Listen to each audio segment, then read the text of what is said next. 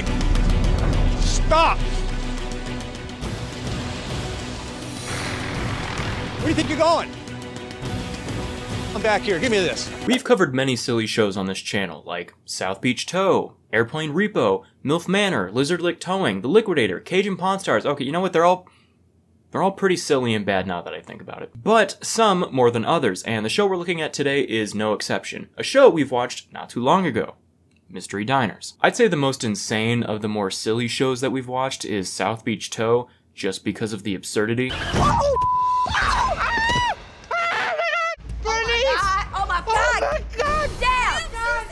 But as far as flat-out dumb shows go, Mystery Diners takes the cake. It's like every little thing that happens in the show, while very much scripted, just makes you go, what? For example,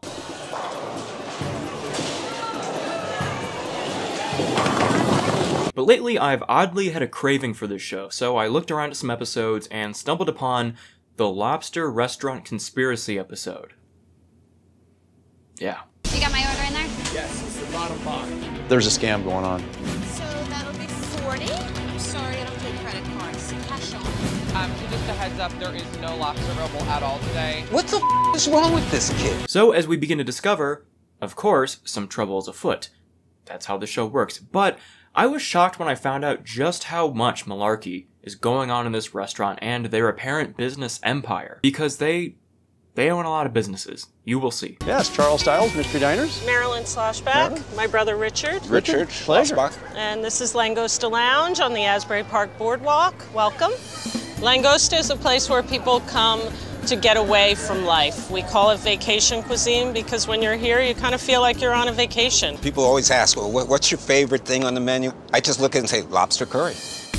This curry is a yellow and green curry, which has a lot of Asian spices in it. We also have our version of a BLT. It's made with lobster, which is poached in garlic and butter. I hope you guys are enjoying what the first 2 minutes of the show often is, a commercial for the restaurant in question, though I feel like they really emphasize the food in this one especially. Also, whenever any restaurant claims to have their own version of a BLT, and then they go on to add an extra ingredient besides bacon, lettuce, and tomato, it ceases to be a BLT and is now just a sandwich.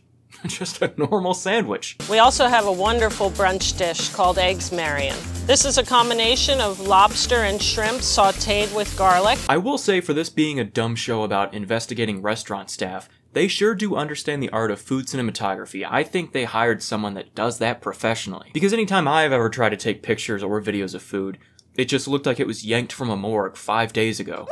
Tell me about your property. I mean, this is an amazing place. Well, this is a 10,000 square feet pavilion. We come to find out that this brother and sister business duo just seems to have a monopoly on what looks like the entire boardwalk. They have, like I said, like 5 businesses. Wow, so you've got a lot going on here. It's not just Langosta. No, it could keep you busy for hours. Yeah, we could keep you busy for hours. Oh yeah? Yeah? Okay.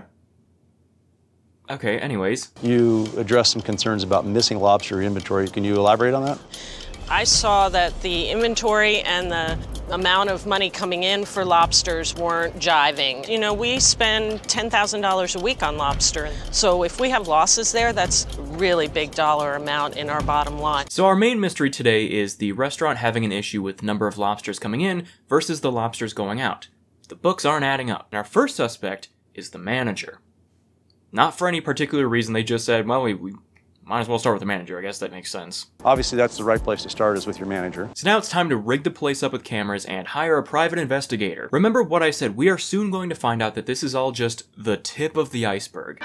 You know guys, with us being a decent way into summer now, it's the perfect time to get out of your house, and if you're looking for something to do, I have the perfect solution. That's where I want to tell you about my special deal with the sponsor of today's video, SeatGeek. Whether you're a new customer or not, you can use my code CHRIS10 to get 10% off any tickets on SeatGeek. That includes sports, concerts, festivals, comedy shows, you name it, they have it. I've personally always used SeatGeek, whether it was when I saw Arctic Monkeys, Doja Cat, or even Shane Gillis last month. They're my go-to when buying any tickets at all. They even have a ticket rating system, grading on a scale of 1 to 10, so look for the green dots, you know you're getting a good deal.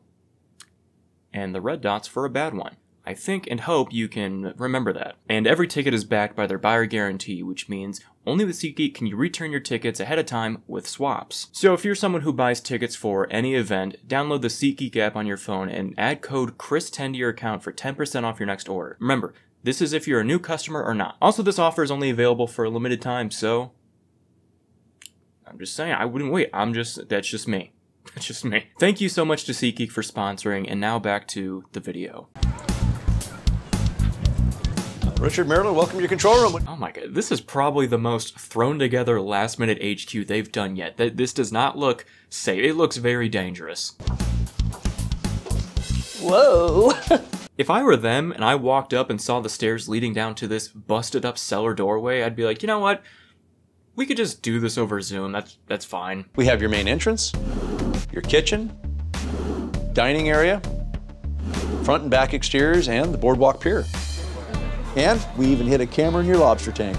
It's completely waterproof and has a 12-hour battery. They just attach GoPros to every lobster. Like, we put cameras everywhere. And we mean everywhere. Dennis, go ahead and come on down to the control room. I think there's some compelling information that you're going to want to see. Hey, Dennis. Hey, Charles. Dennis, this is Richard and Marilyn, the owners. Hi, Dennis. Very nice to meet you both. So why don't you share with them what you found? We set up surveillance on your restaurant for about a week. And one morning, I caught some very unusual activity from one of your servers. We saw an employee leave in the middle of his shift, so we decided to follow him. And if you turn around and look at the monitor behind you, I'll show you the video. Now, as they follow one of their employees out to sea, we find out that there is, of course, some tomfoolery afoot. Well, now watch as Mikey comes back up to the dock. Now his boat is filled with empty lobster traps. It's crazy. Now, either he is setting these lobsters free, or these are some pretty shitty traps. This is That's crazy. Well, the fact that you have a discrepancy in your lobsters and Mikey's out there with these cages, I mean, they may or may not be connected, but I think it warrants further investigation. Oh, definitely. Charles always does this at the beginning where we obviously know what's going on and what the outcome will be, but he's like, well, this looks fishy. Hey, this looks fishy and these things might be connected, but hey, what do I know? Let's continue the investigation. We have a lot of show left. Let's watch your manager as she handles this lobster delivery.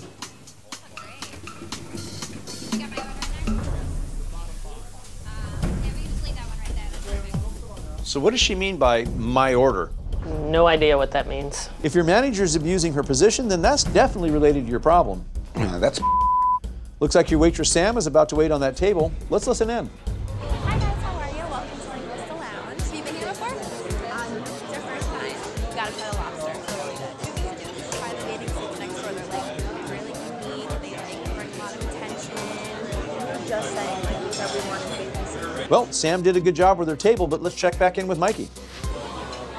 And my name is Mikey. I'll be taking care of you today. Just a heads up, there is no lobster at all today. Hi, my name is Mikey. I'll be taking care of you guys today. Also, one thing, we are out of lobsters. We have none at all. And if you need a bikini, there's a place next door. Did he just say you guys are out of lobster? We just saw a delivery come in. I'm going to put my Mr. Diner Megan into action and have her go over and strike up a conversation with Mikey and see what other information we can get out of him. Let's do it.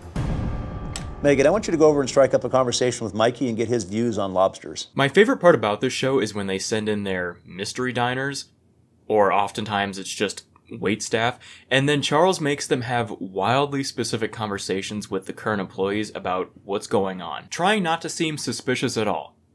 Very ineffectively, I might add. So, how long you been working here? Oh, gee, I don't know, maybe, probably 5 years now? What do you know about the disappearances of numerous lobsters and missing revenue in the restaurant? I love it. You love it? I can't wait to taste the lobsters. That's what I'm here for. Oh no. Don't say that. Seriously. Okay, but you do know you work at like a lobster restaurant, right? We are killing off the entire population of lobsters. All the lobster catchers are over-harvesting the ocean. Now, Mikey gets right into his feelings about this whole lobster situation. He wastes no time. Wow, I gotta say, Mikey's a little bit intense. The majority of our menu has lobster ingredients in it. So what do you do when a customer orders lobster? I mean, I recommend other dishes. And I love how she's obviously weirded out by this. Like, she's breaking character. Like, Jesus, dude, fucking take it out on me.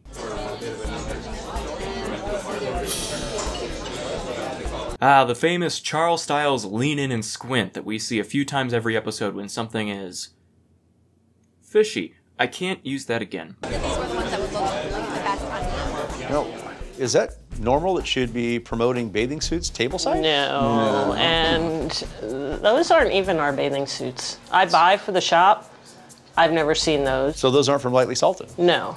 But they are in a lightly salted bag. She just said she's promoting her own line of bathing suits. Well, I've got to ask, I mean, did she approach you and ask if you might be interested in putting this in your surf shop? We are totally open to things like this, but she's never come to me. Oh my god, this entire staff is so not on board with this restaurant. Next door, I talked to Eva. She knows me. My name is Sam. What is going on here? Now Ava's involved in this situation. So who's Ava? She's the manager at the surf shop. I think it's safe to say that these restaurant owners absolutely don't have a grip on what's going on here. It seems like having a string of businesses next to each other is causing you even more problems than you knew about. This is bull. But now we're gonna move on and look into this whole bikini nonsense and go over to their surf shop business right next door. And since we don't have cameras over there, I'm gonna send in my mystery diner Natalie with a pair of glass cams. In addition to that, I'm gonna have one of my camera technicians follow Natalie into the surf shop with a small handheld concealed camera. That's great. Great. Natalie, head into the surf shop and say that Sam told you about the bathing suit discount. The police show up like 5 minutes later, and we get a call about some guy following around a woman, filming her with a camcorder at ass level. Do you know where he is? Hi. How are you? Good, how are you? Good. Is that your manager, Ava? Yeah. You know what, I was just next door at Langosta, and my waitress Samantha mentioned something about a bikini sale. Yes. Those bikinis hanging up right there? I wouldn't really recommend them because they're from last season. But we have a really nice sale on a very beautiful bikini. Oh, wow. Yeah, because if Samantha told you about it, she's the designer. So Oh, would you like to see wow. them? Yeah, I would, please. Great, perfect. Like I said, this goes deeper than any episode we've seen yet. We've only looked at 2, but still. This isn't just selling your uncle's barbecue sauce recipe. This is a full conspiracy. You know what? Could I try one on? Yeah, super. And your fitting rooms are? It's right over here. Let me show you. Go. Thank you. You're welcome. Oh my God, it looks great. Hey, we didn't ask you to try it on and do all of that, but hey, wait, you just want us to see how good you look in a bikini on TV. So that'll be 40. I'm sorry, I don't take credit cards. Cash only. Oh, cash only? No problem. Anytime I hear an employee say this deal is good cash only, that tells me there's a scam going on. Wait a second, he's got a backpack and tong. That's so bizarre. He's taking the lobsters. No, he's stealing the lobster. Okay, Dan, you know what I fucking meant. You know what? Why don't you go to your surf shop and grab Ava, bring her back here. And Richard, why don't you go grab Mikey and Sam and Diane, bring them down here, and we'll just deal with all of them together at one time. Come on, let's go. So now that we've got a lot of juice on all the employees, it's finally time to bring the perps down to the surveillance chamber and show them that they've been watched like hawks and confront them about everything they've done. You two, we need to have a chat. Just wait right here. Yeah, sure. Mikey, come here. Ava, come with me for a minute. We're gonna go down here. We're gonna go down here. Come on. Alright, we're gonna take you down here now. No, I don't think so. There are nails and duct tape all over that door. Guys, come on in. And this is the part where they're all, I'll say, justifiably weirded out and kind of upset because, yeah, regardless of their lack of ethics in the workplace, I'd still say this is such an odd thing to do. Not just even the Mystery Diner's concept and hiring actors, but the filming of them nonstop, because this isn't just surveillance monitor in the back of the manager's office, this is a full-blown headquarters. Inside of a dungeon nonetheless. Then we saw you fill your backpack with lobsters from the tank, and who knows what you were gonna do with them. We actually watched you go out to sea and come back with lobster traps. Stealing lobster traps is actually a penalty of $55,000 plus jail time. Oh yeah, especially the PI following me out to the fucking ocean. Like, yeah, crime aside, guys, this was really fucked up. Actually, a penalty of $55,000 plus jail time. The number 55,000 doesn't mean anything to me when there are millions of lobsters dying each year. This is crazy talk to me. Okay, yeah, in the grand scheme of things, 55,000 is nothing compared to millions, but we're more so saying you will owe $55,000. So let's focus on the money in your bank account first. You're fired. Well, that's that. He's like, all right, cool, whatever. I gotta let you guys go. I can't set this example for the rest of my team. What? Me? No. Their entire team is literally all gone. I don't think they have a single employee left in this restaurant at this point. And this is normally where the episode would end. But for some reason, the lobster restaurant episode is full of surprises. I promise. I'll show you the receipt from Joe. There was no shady business. Oh no. Guys, take a look at this. Mikey's back on the beach with that backpack of lobsters. Guys, tell Dennis I need him to meet me out on the beach.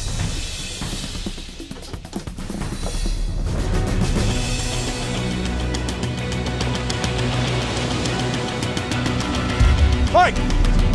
Stop!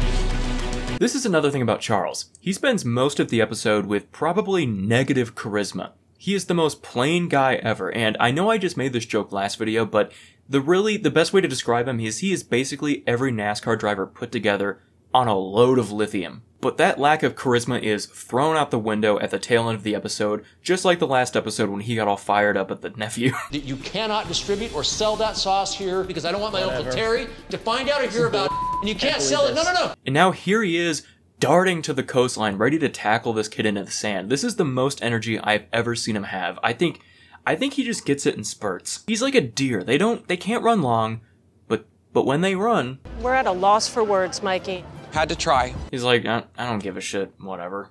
Mikey, just go. Dennis, escort him out of here. Let's go. Dude, get your hand off me. You're not even a fucking cop. Since being fired, Mikey remains unapologetic in his efforts to preserve the lobster population. Without a physical location, Ava and Samantha have been unsuccessful in selling their bathing suit line. Like I've said before, even though none of these guys were great workers, it's funny that at the end of every episode, it's like this happy YouTube family vlog ukulele music played over half a dozen people just losing their jobs. And then especially what they say about the bikini business. And her bikini business is not successful anymore. And we think that's cool. So a happy ending, I'd say. Not for the employees, nor the business owners because they have no employees left. But Charles gets paid no matter what, so happy ending for him. Most shows' happy endings often just fall onto the hosts of the show that get a bag regardless. Well guys, that was Mystery Diners once again. I hope you did enjoy, and if you didn't, don't tell me. Just go write it down on a piece of paper and burn it with gas and fire. But if you did like the video, as always, leave a like rating, comment, subscribe if you haven't. As always, check out my merch in the shop tab below, on my channel, or at chrisjames.shop. Thank you to SeatGeek for sponsoring, thank you for watching, and I will see you next time. Goodbye.